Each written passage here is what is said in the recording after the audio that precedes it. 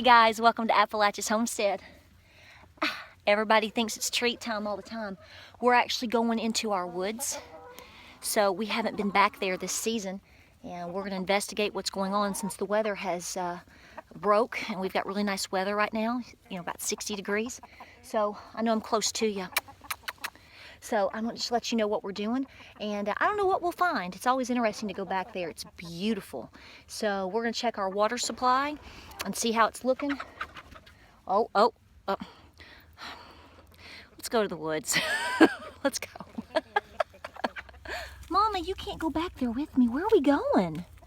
Bubba, where are we going? Huh? Where are we going, sweetheart? Oh my goodness. Oh my goodness. Okay, so we've come back, and as you can see, we are way back in here. So, this is of course our property, and part of the attraction was the different water features that we have, but I'm surprised we even have this much. It's looking pretty decent. It's coming out in flow. It's not heavy through here, but you can see that we do have some flowing right now. So, it's nice to have that option, but at the same time, you've got to make sure that it's a constant thing, which is something that we're always working on at our homestead. That's something that I really hope to take, quote, the bull by the horns this year. So, the thing is, as I told you back in a previous video, you really got to understand your water sources. It doesn't matter necessarily what you have. You have to understand that when a bad season hits, like you saw here in East Tennessee, it doesn't matter if you have a big old pond. That will absolutely dry up on you. You know it?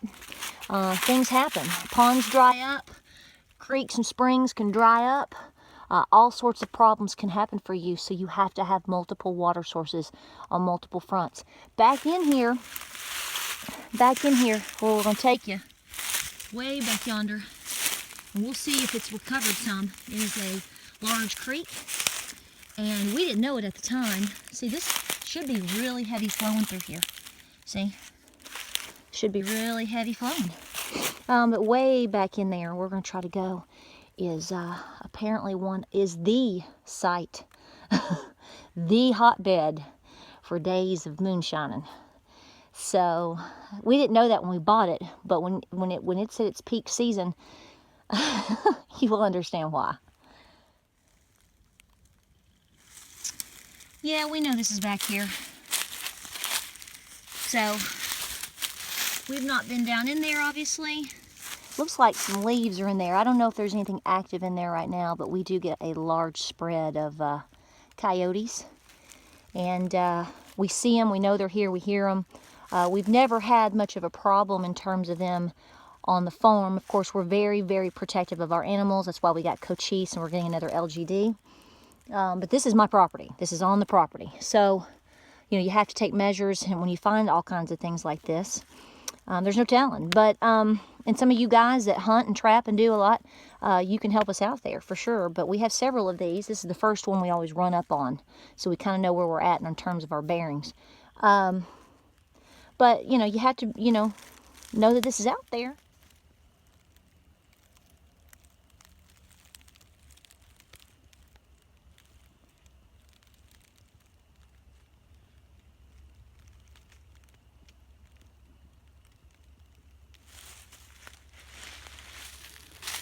Oh, this is good to see. Okay. Look here. All right. Look here. So this is low season and we're still in business.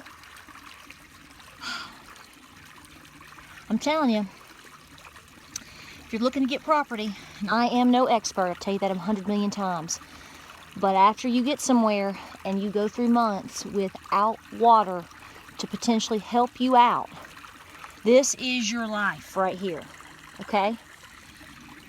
Whether it's through a creek, stream, bed, lake, pond, your own catchments, your plan A, B's, and C's need to, whatever, you need to have multiple sources, okay?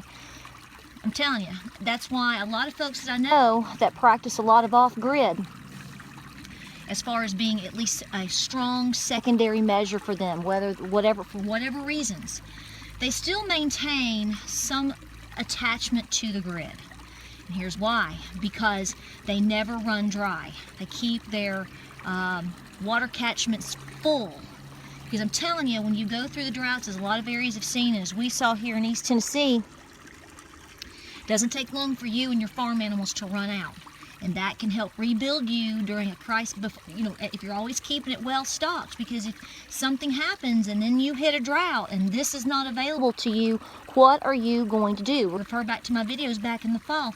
Heck, look at how the Smoky Mountains caught on fire, guys. It was serious business and it can happen anywhere. This is great. This is really, really good. Let's walk over here. We've got an area back here that I want to open up for us in terms of more target practice. Okay. Looks like it needs to be cleaned out a little bit right there, but it's okay. It's coming around. But as we've been told, this was a nice area at one time. You can see it hooks all the way around on our property for moonshining. So we're gonna walk over there and just see how the flow is coming. So it comes all the way around. And let's see how it's continuing to flow. This is looking good. Feeling really good right now. This is what we want to see. Awesome. Okay. Let's see. Still looking pretty good.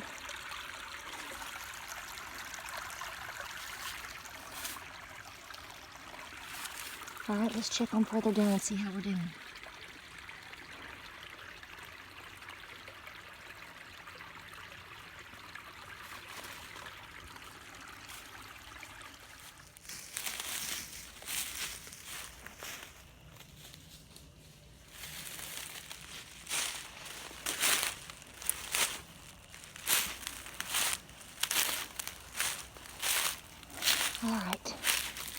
All right, still looking pretty good. We've seen it higher for sure, but I'm pleased to see this. This is good. This is good news for our family right now.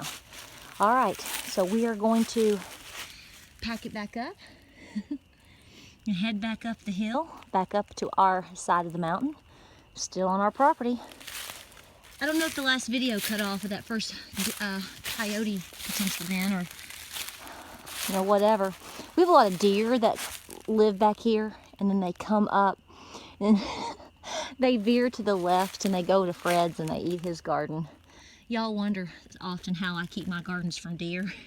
I tease Fred and tell him it's because they eat yours, buddy. So we're gonna close it out. It's getting dark. Got to get up there and take care of some broody mamas and get my cows up and all of that. So anyway, if you venture out in the woods, always be safe. Always have the things that you need to protect you. Doesn't take a rocket scientist to figure out what I'm talking about. We appreciate you watching and venturing back here in our woods with us. I've never brought you back here. When it's warm, it's very difficult to get back here. We've got to work on a better path for us. Not only that, but it is so beautiful. The ferns, not in this area, but back over where I had you, way up yonder. The ferns, you should see them. They're so beautiful. Thanks for watching, guys. We'll talk to you soon. Check us out on Facebook, Instagram, and Pinterest. Cannot wait to tell my husband about this. He stayed home to help with a little bit of algebra.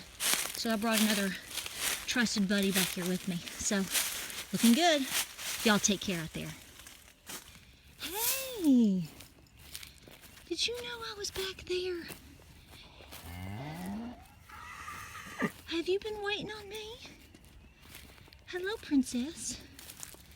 Hi, baby. Yeah. Huh? There she goes. What is it? Weevils wobble but they don't fall down? Look how big that girl's getting.